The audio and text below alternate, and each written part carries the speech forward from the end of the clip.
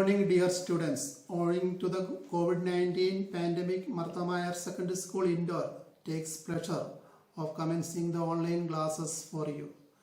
The lockdown situation has had an adverse impact on teaching learning process.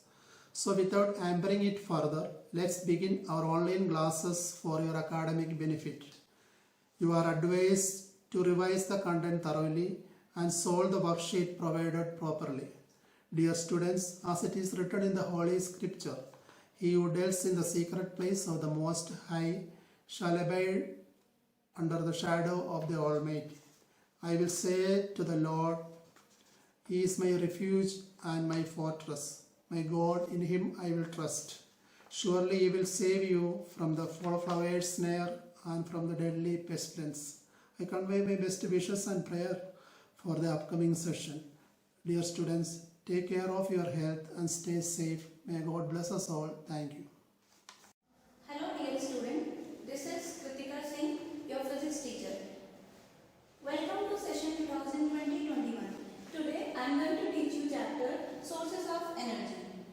Now for understanding the meaning of the name of the chapter, that what is the meaning of this word source or sources, first we have to understand that what is energy. Whenever we heard this word energy, what comes in our mind? That either ability to do work is called energy or capacity to do work is called energy. Or maybe we'll remember some forms of energy like heat energy, solar energy, sound energy. So let's take an example of heat energy.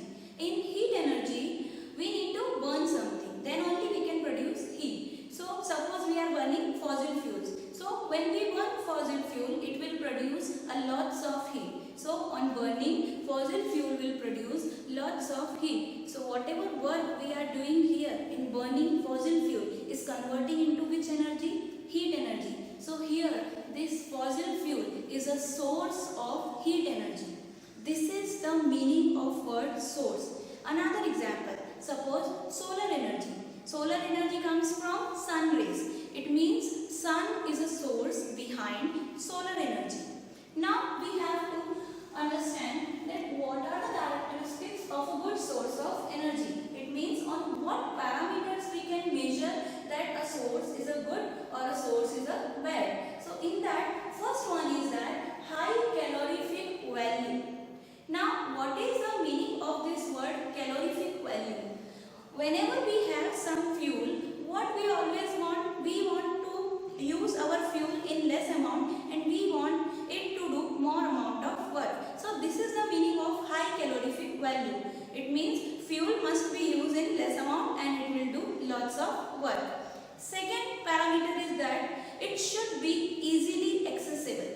It means it should be easy to use. We can handle it easily. For example, whenever you use LPG in your house, you can easily handle it for making tea. So, fuel should be easily accessible. The third one is that easy to transport. Its transportation should be easy. Same example, whenever we book gas or gas cylinder from a gas agency, it comes to our house, so they can transfer it easily with the help of gas cylinder. So, it should be easily transportable. Then, easy to store. Easy to store. We can select, same example, we can store LPG in cylinder easily. So easy to store. Last one is that its cost should be economical. It means so that we can afford it. It should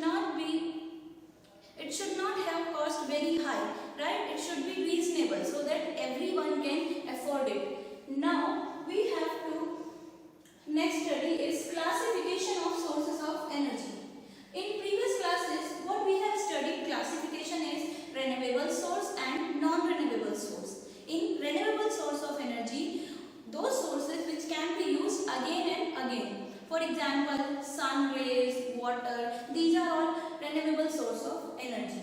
Now, non-renewable source of energy. Non-renewable means which cannot be used again once exhausted. Here in this class, we have to study classification based on conventional and non-conventional sources of energy. Now we have to study non-conventional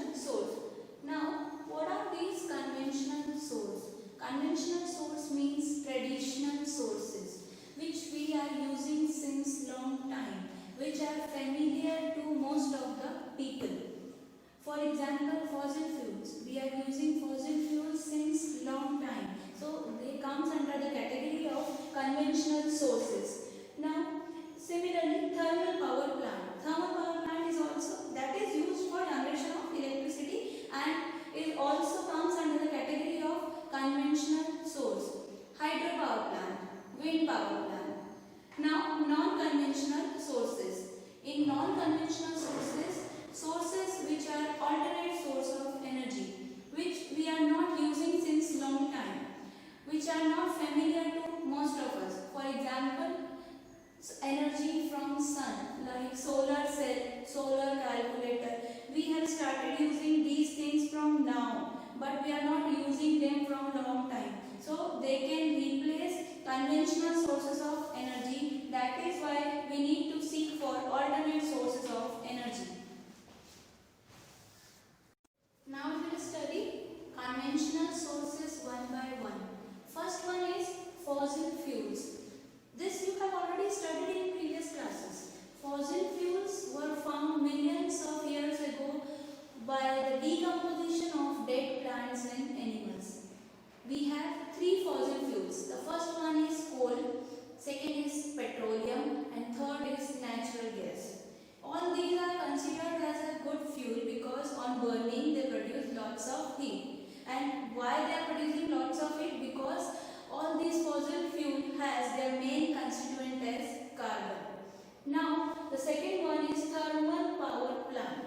Now what is the meaning of this word thermal? Thermal means heat. So by using heat as a source to construct or to generate electricity, that power plant is known as thermal power plant.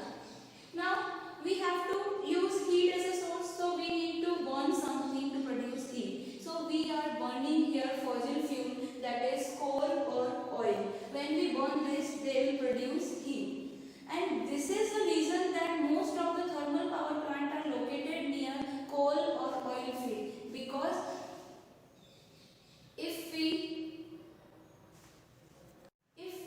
build thermal power plant near coal or oil field, they will save the transportation cost. So that is the reason that most of these thermal power plants are located near coal or oil field. Now let's start how this power plant works. In this a boiler is present. You can see this boiler. In this water is present. Now when we burn here coal or oil, they will produce heat. This heat when go inside boiler will heat the water. When water will achieve its boiling point, water will convert into steam. Now we have kept this opening here very small because in class 9 we have studied that pressure is inversely proportional to area. So if we keep the area small, it will increase the pressure of the steam. So now this high pressure steam is allowed to fall into a chamber in which a turbine is placed. This is a turbine. So when this high pressure steam falls on base of turbine, turbine will rotate. When this turbine rotates, this turbine is connected to generator. Generator generates electricity when the coil inside the generator rotates. So anyhow we need to rotate the coil of the generator. So that is why we are rotating turbine. Now this turbine is connected to coil of generator with a device known as shaft. So when this turbine rotates, shaft will also rotate, hence generator will produce electricity. Now this spent steam which already has rotated the turbine is cooled down and again when it converts into water feed into the boiler so that we can use that water again for the same cycle. This is the working of thermal power plant. Now disadvantages of thermal power plant. First of all, we are using fossil fuel which are non-renewable source of energy. This is the major disadvantage of generating electricity with the help of thermal power plant, because fossil fuel is a renewable source, so we need to save it for our future generation. Second is fossil fuel cause lots of air pollution. Air pollution means greenhouse effect, acid rain. So these are all disadvantages associated with thermal power plant. That is why we need to shift to alternate sources of energy, because most of the conventional sources are non-renewable sources of energy. Not all of them, but most of them are non-renewable. So that is why we need to seek for alternate sources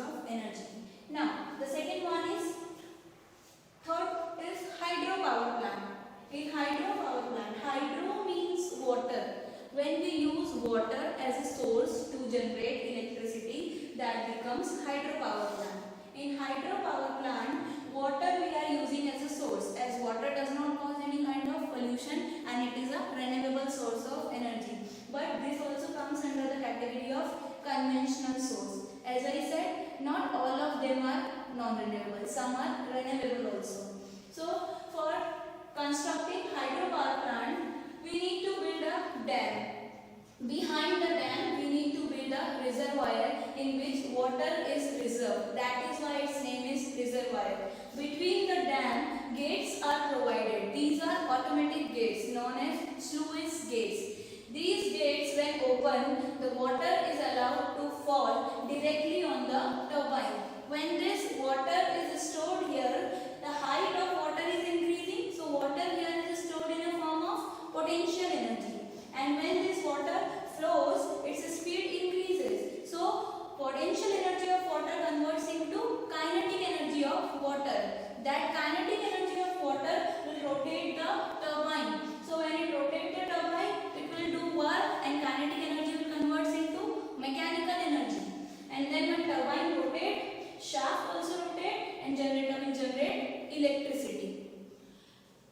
Here, energy conversion taking place from potential energy of stored water to flowing energy of kinetic energy of flowing water, and then kinetic energy converts into mechanical energy, and at last mechanical energy converts into electrical energy by producing electricity. So this is our hydro power plant. Now, disadvantages of hydropower plant. Advantages, as I already told you, water is a renewable source and it does not cause any kind of pollution.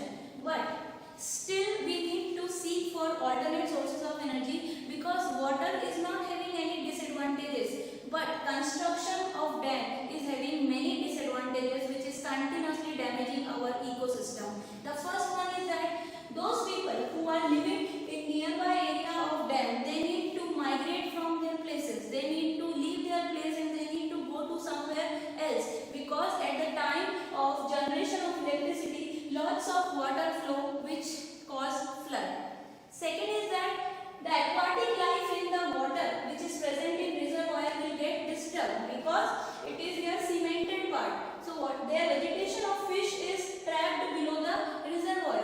So they are not getting sufficient nutrients, and maybe some of the fish at the time of water when fall on turbine will get die. So aquatic life get disturbed.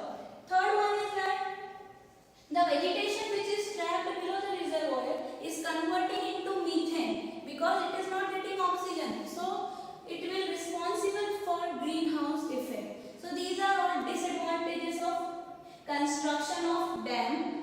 That is why we need to seek for alternate sources of energy. Now in the next session we are going to study wind power plant, biogas plant and what are non-conventional sources. That's it. Thank you. Now in the next session we are going to study wind power plant, biogas plant and what are non-conventional sources. That's it. Thank you.